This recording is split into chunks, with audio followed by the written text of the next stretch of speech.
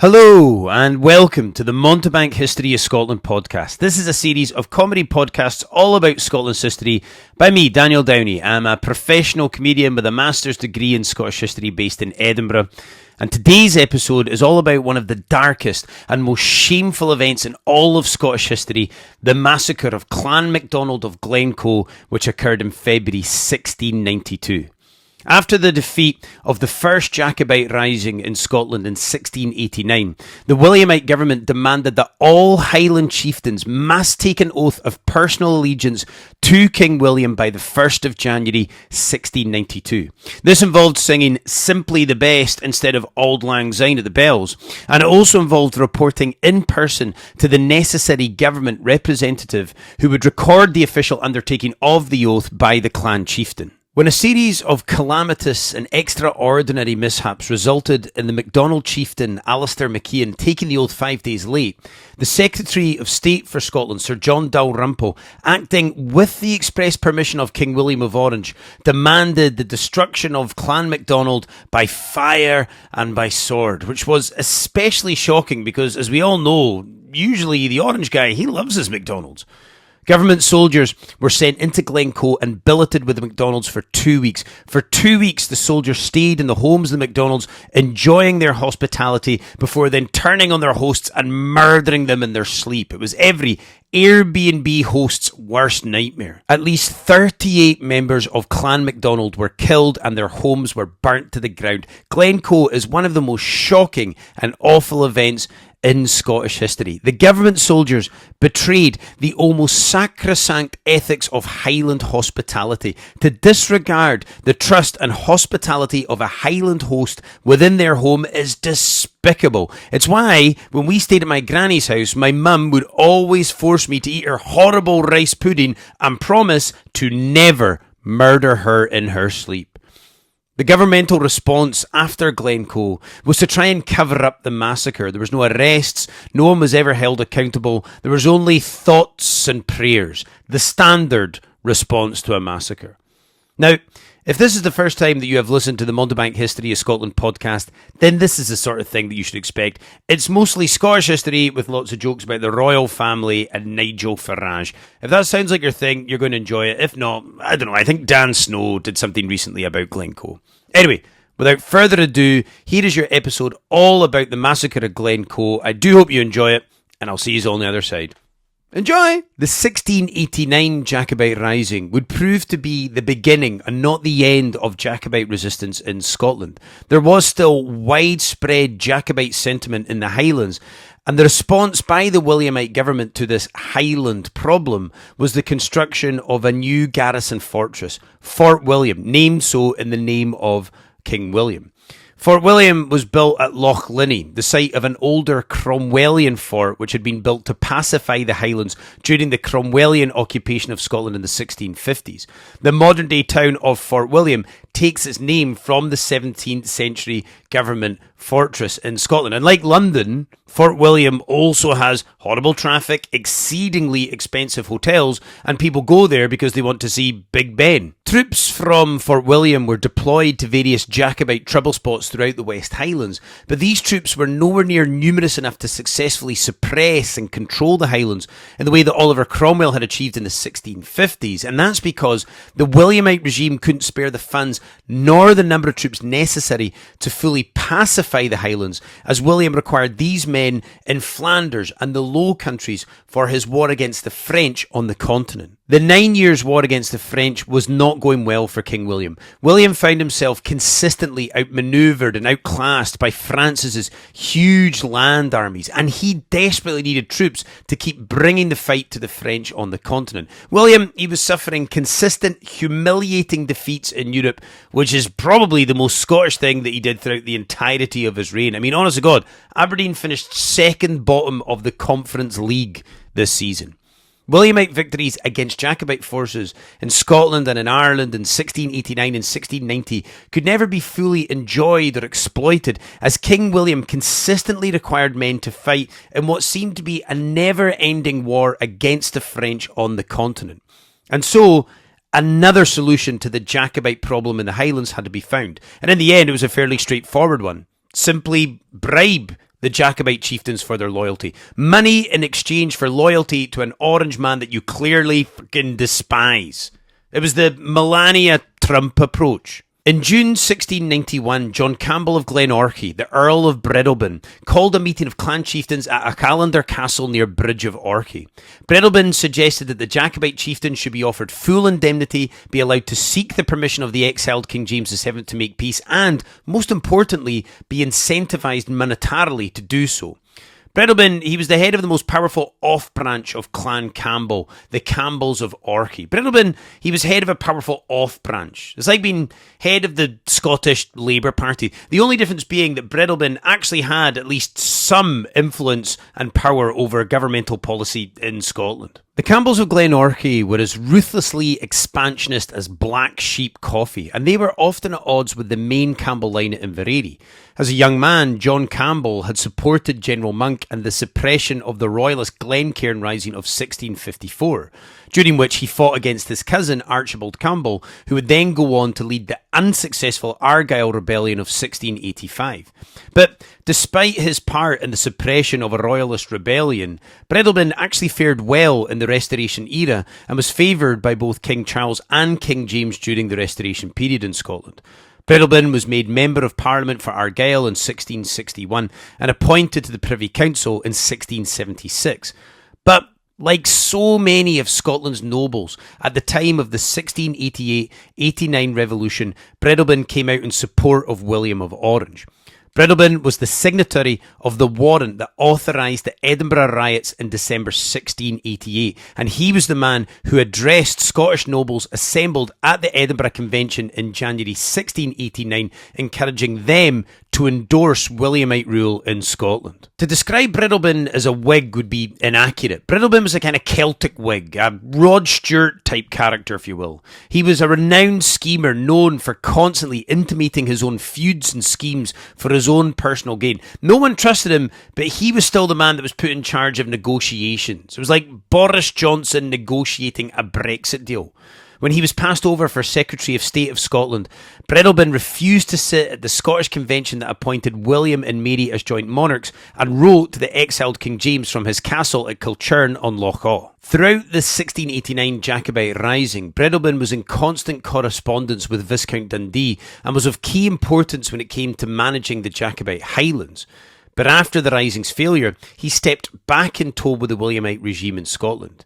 Breadalbane did attempt to curtail the punitive excesses of William's man in Scotland, Secretary of State and Lord Advocate Sir John Dalrymple. Dalrymple desperately wanted to carry out a punitive invasion of the Highlands in the aftermath of the Jacobite Rising of 1689 and was, as we'll discover throughout this episode, the architect of the Glencoe Massacre. Breadalbane's coalescence with the Williamite authorities would lead to him being accused of involvement in the Glencoe Massacre himself. Breadalbane consistently denounced the events of February 1692, but his anxiety to demonstrate his innocence only served to further strengthen contemporary assumptions of his guilt. Everyone assumed he was responsible, but he almost certainly wasn't. He'd have been better suited to Clan MacIain. Historians, they continue to debate Breadalbane's involvement and or knowledge of the massacre of Glencoe. But what we do know is that Breadalbane was a crypto-Jacobite for most of his life. He was fiercely Episcopalian, a patron of Rob Roy MacGregor, and in constant correspondence with James Drummond, the chief Jacobite agent in Scotland in the early 18th century. Rob Roy liked him. But I mean, he was an infamous outlaw, so I don't know how much of a ringing endorsement that is. It's like receiving a peace prize off a FIFA. Breadalbane would have likely have been the man to lead the 1708 Jacobite Rising had it not been for his poor health. In the 1713 general election, he attempted to coordinate a consortium of candidates who aimed to dissolve the Union of 1707, and he was the man who organised the response of the Jacobite clans to the succession of King George I in 1715. Breadalbane was a man who took the Restoration settlement, Episcopal Church, Stuart monarchy and dominant aristocracy as the stalwart of his loyalties. Yet, despite his obvious Jacobite credentials, so pronounced were Breadalbane's plotting and double-crossing that he is still considered by many to have had knowledge of and played a part in the massacre of Glencoe. Was he or was he not involved? Maybe Breadalbane will turn up in the Epstein files. He was never charged with any involvement in the Glencoe Massacre, but then again nobody was. He was, however, imprisoned in Edinburgh Castle between October 1694 and January 1695 on charges of treason.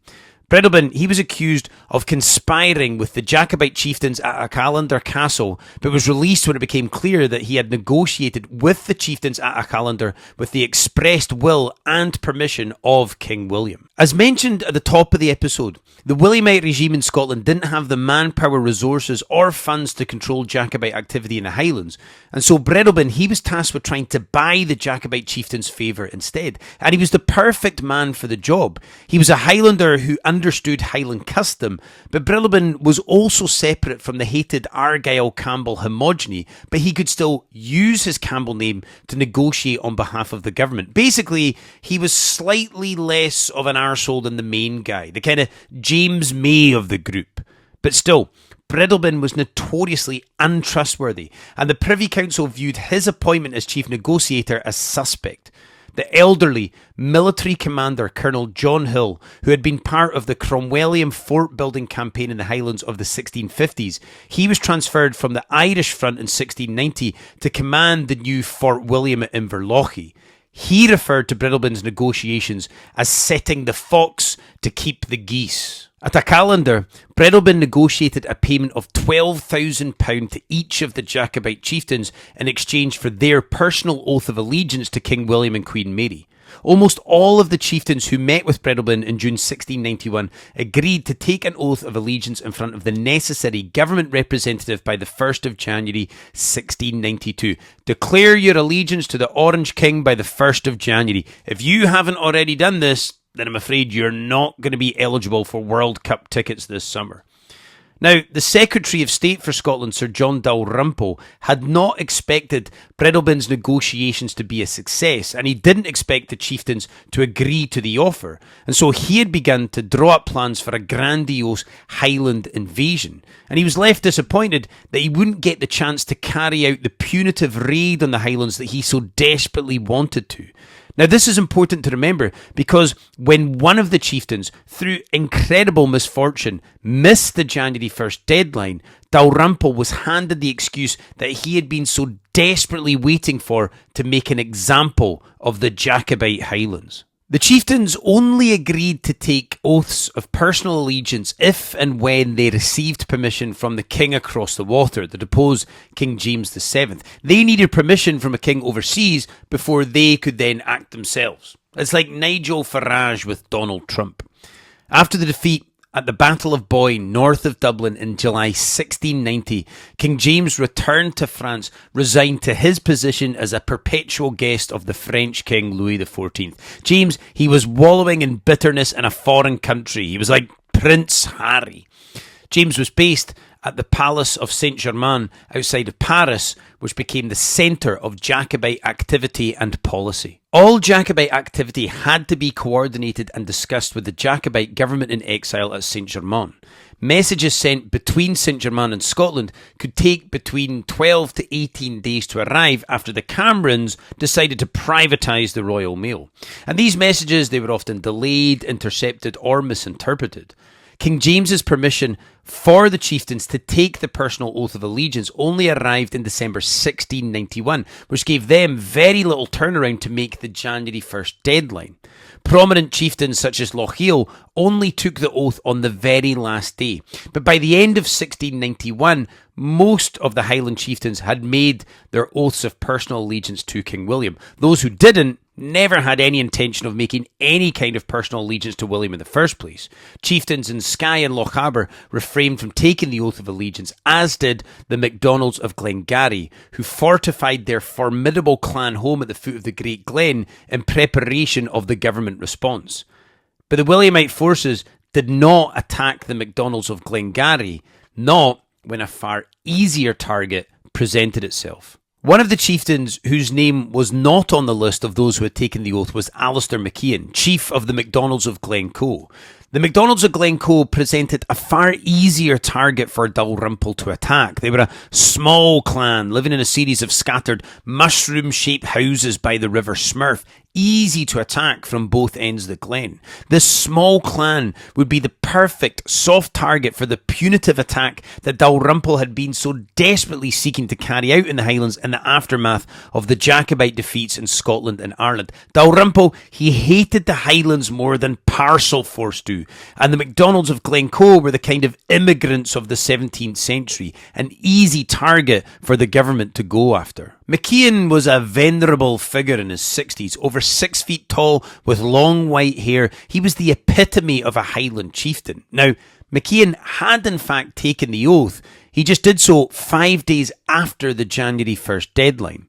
A series of mishaps meant that his attempt to take the oath on time was unsuccessful.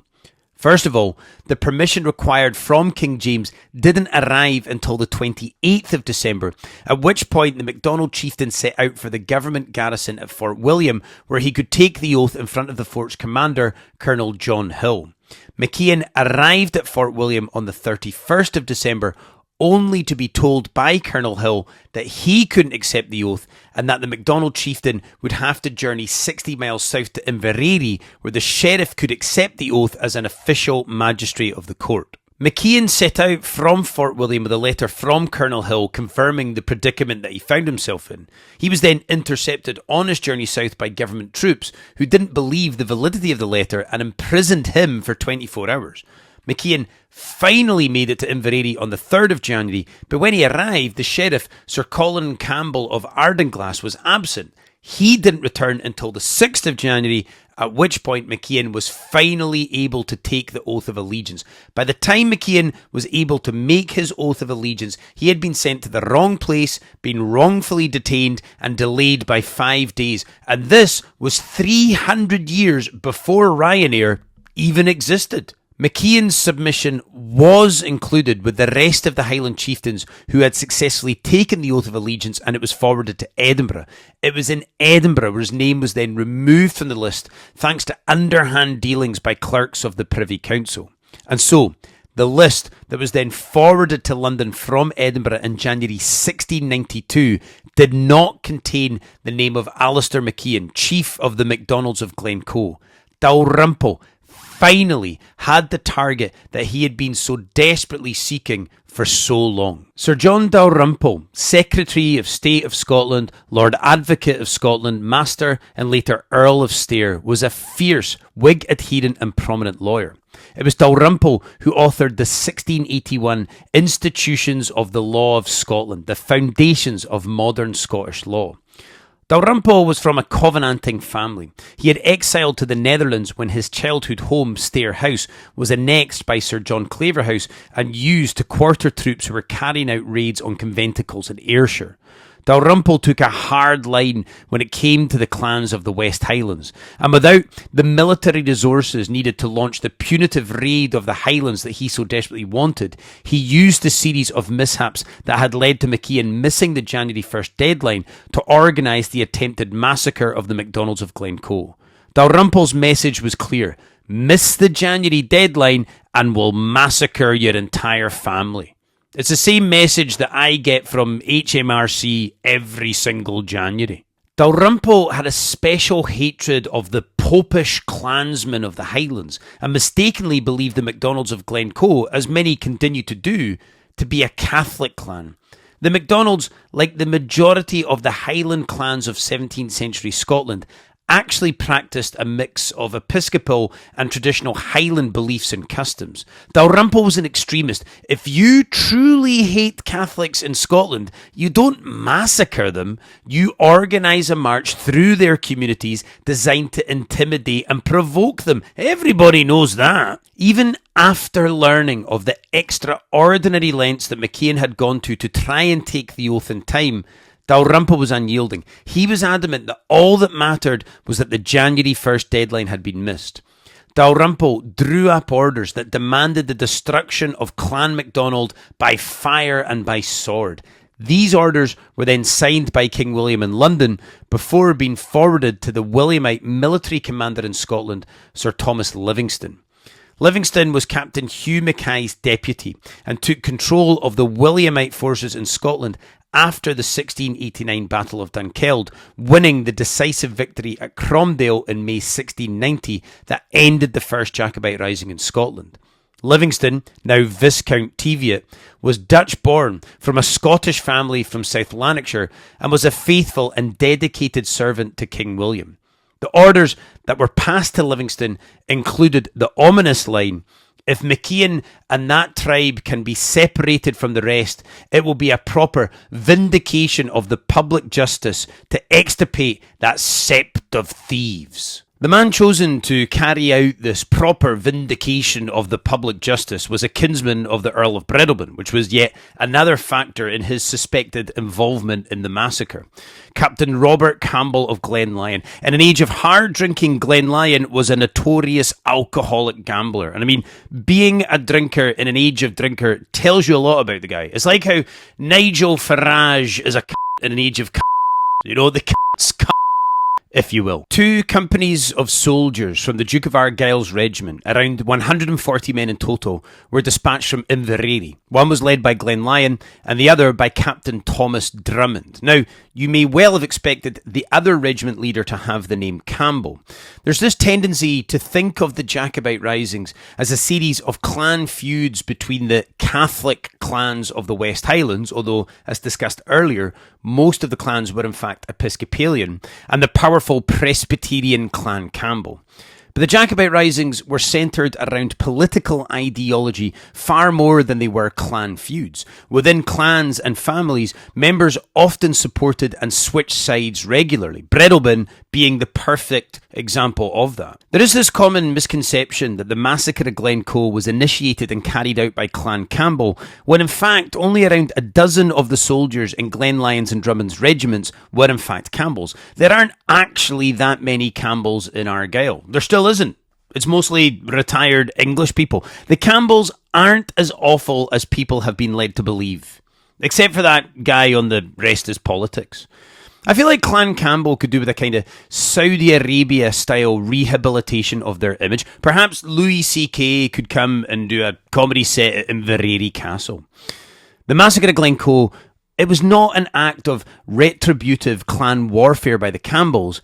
Actually, it was a punitive government operation planned and carried out by the Williamite Government in Scotland. The soldiers who marched into Glencoe had warrants demanding that they be quartered in the homes of the around 600 people living at the foot of the glen.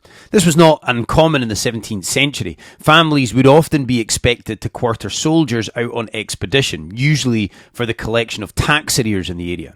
The soldiers were fed and quartered by the Macdonalds for 2 weeks, eating, drinking, and joining in their evening ceilidhs with their hosts. Then, on the 12th of February 1692, Glenlyon received his orders from Major Robert Duncanson in Inverary, commander of the Earl of Argyll's regiment. Glenlyon was ordered to be secretive and sudden, and to fall upon the rebels, the Macdonalds of Glencoe, and put all to sword under the age of 70. Kill everyone under the age of 70. It reads like a Reform Party policy. It would certainly appeal to their key demographic. Glenlyon was told to take extra care to ensure the MacIain and his sons did not escape. You are to have a special care that the old fox, Alasdair MacIain Macdonald, and his sons do not escape your hands. You are to secure all avenues so that no man can escape. This you are to put into execution at 5 o'clock of the morning precisely. Striking at 5 o'clock in the morning was an important part of the massacre of Glencoe, as it would ensure that everyone was asleep when the attack took place.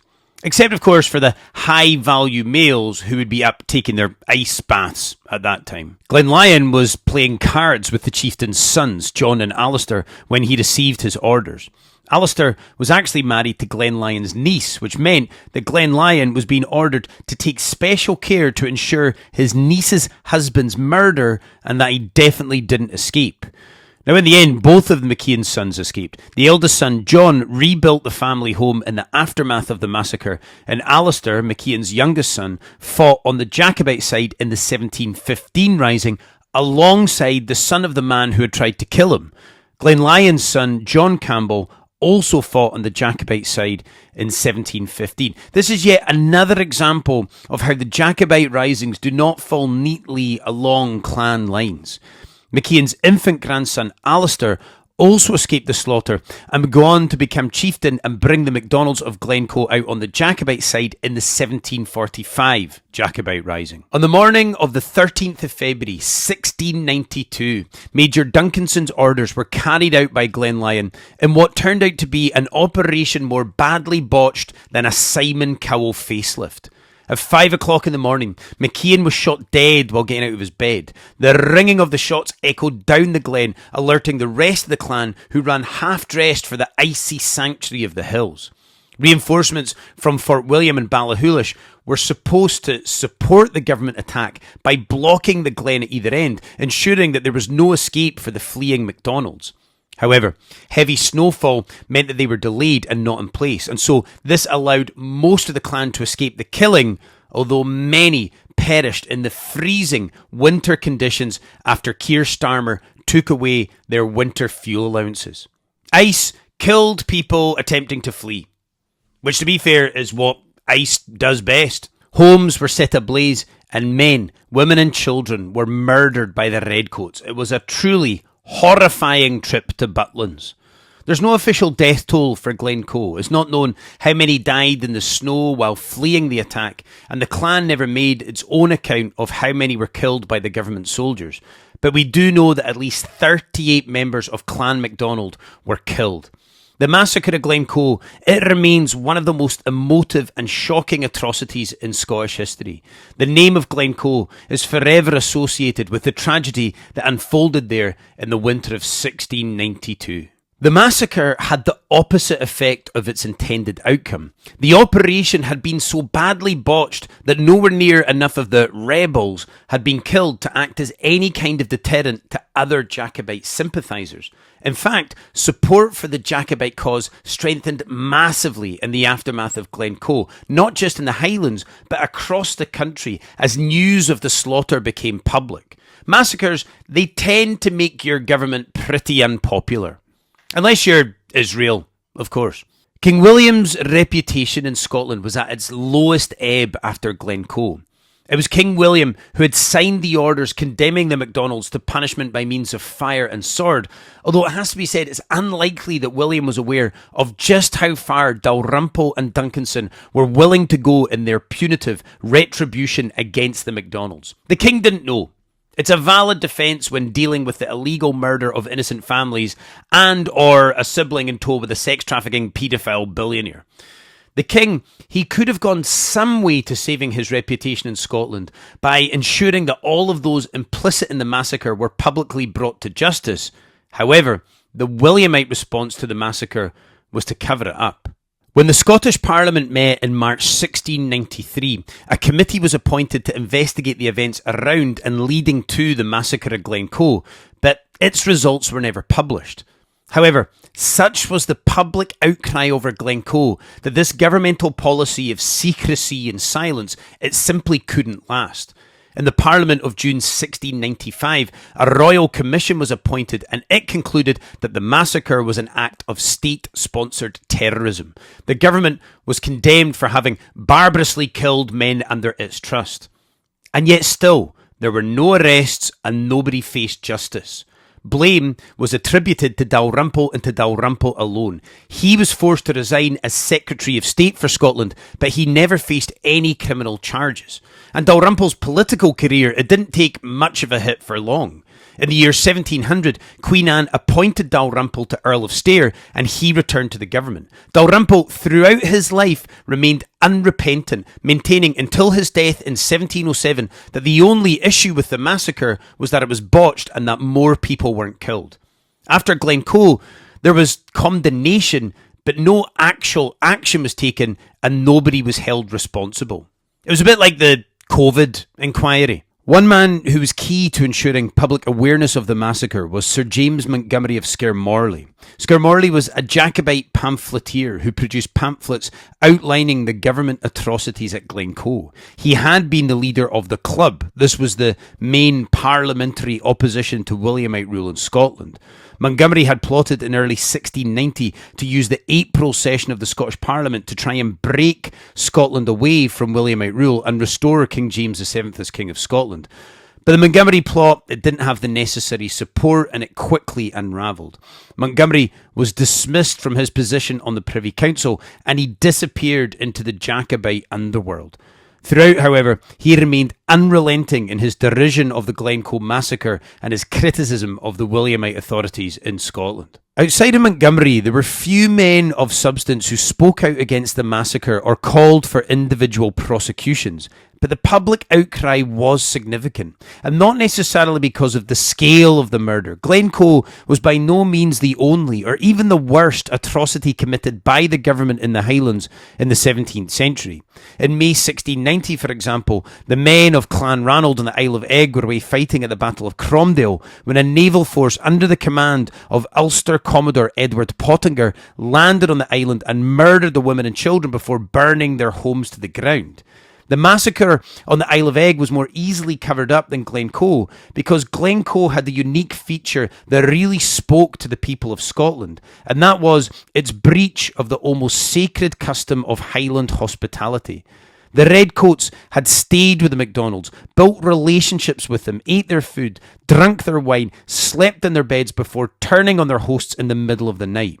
It was the fact that the soldiers abused the hospitality of the Macdonalds before murdering them that most angered people. If the government had just gone down the Obama route and used drones to take out Clan Macdonald, then the public would probably have barely noticed. Another reason why the public outcry after Glencoe was so strong was because Jacobite sentiment throughout Scotland had been steadily growing.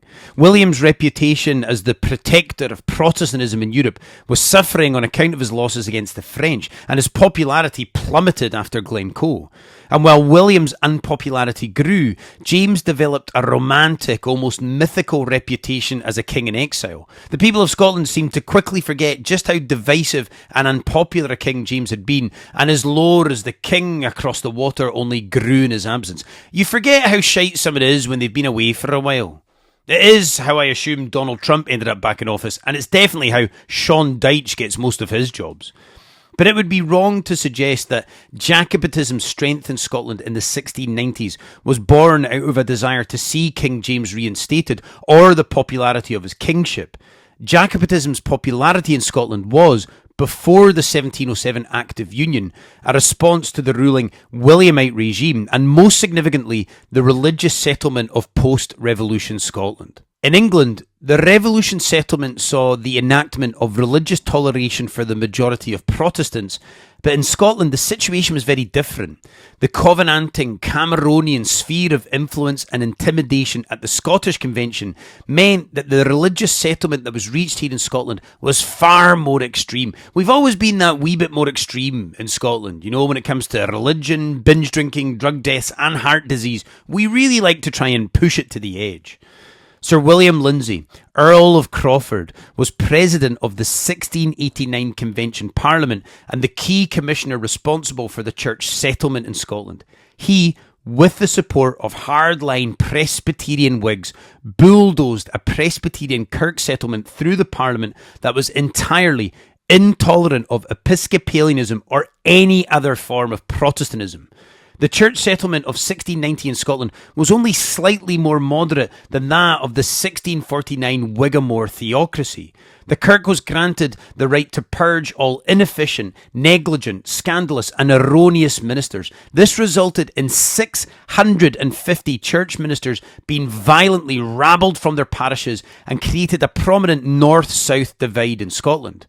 At the meeting of the General Assembly in November 1690, only 180 ministers and elders attended, all of whom came from south of the River Tay. The Presbyterian church settlement made no attempt to reach a middle ground with the Episcopal north of Scotland or any other Protestant denominations. If it had done, it may well have led to at least neutrality towards the Williamite regime amongst Episcopalians and other Protestant denominations in Scotland. Instead, It alienated huge swathes of the Scottish population. Episcopalians in late 17th century Scotland made up at least 30% of the population, and as the extremity of the church settlement became more and more profound throughout the 1690s, many turned to Jacobitism as the natural opposition to the supremacy of the Presbyterian Kirk. King William had advocated for a more moderate church settlement in Scotland. However, when it came to his northern kingdom, William paid little attention to the politics or affairs of Scotland. William or Mary never set foot in Scotland and mostly viewed the kingdom as a source of tax and soldiers for the Williamite wars on the continent. This view of Scotland as merely a source of tax and soldiers remained the predominant outlook from Westminster until oil was discovered in the North Sea in the 1970s. And still, there are many people in Scotland who seem to love William and Westminster, despite the fact that both of whom, as far as I can tell, don't seem to give much of a fuck about Scotland in the slightest. And as William became more and more out of touch with affairs in Scotland and his standing post-Glencoe plummeted, his reputation was dealt a further blow when into this religious and political furrow came the worst bout of famine in Scotland's history, the ill years of the 1690s. And it is the ill years of 1690 Scotland that we are going to talk about on the next episode of the podcast. So that brings us to the end of the podcast, folks. I do hope that you enjoyed this episode all about Glencoe. Glencoe is without doubt one of the most famous or infamous moments in Scottish history, so I hope that I did it justice. Definitely not the easiest thing to make funny, but hopefully I managed to pull it off. If you're enjoying the series, then please consider rating the podcast, liking it, leaving a review, tell your pals about it. I'm trying to grow my audience, and all this stuff really, really helps when it comes to the algorithm and all that kind of stuff. If you appreciate the effort that goes into me writing, recording and producing and researching these podcasts, then you can give me the price of a cup of coffee or a pint of beer at my Ko-fi or Buy Me a Coffee accounts. I'm on both of those at Mountebank, Scotland. It's all massively appreciated. Give me a wee follow on social media. I'm on Instagram and TikTok at Mountebank Scotland. I'm usually on there like posting wee videos about Scottish history and stand-up clips and stuff like that. And those of you who are regular listeners to the podcast, you'll know that at the end of each episode, I like to match the events of the podcast with a malt whisky from Scotland. Well, today, I'm not going to match the events of Glencoe with a malt whisky, but I am going to match it with a malt whisky distillery, the Dallas Dew Distillery in Forres. They don't actually produce whisky. There was a huge fire in the distillery in 1939, which forced it to close down. But what it is a museum, and it's a wonderful place to go and visit. It's like stepping back in time to 1939. These beautiful stills, beautiful building. It's got an old water wheel that used to power the distillery. It's a super, super cool place. And the reason I'm mentioning it with the events of Glencoe is because this is a distillery that shouldn't exist. It should be wiped out, but it managed to survive, and still the legend and the story is strong all these years later. So if you come and visit us in Scotland, I definitely recommend going up there and checking it out. It's really, really cool. I think that's everything I need to tell you. I do hope that you enjoyed the episode and you're enjoying the series, and I'll see you all next time round. Cheerio then! Bye-bye!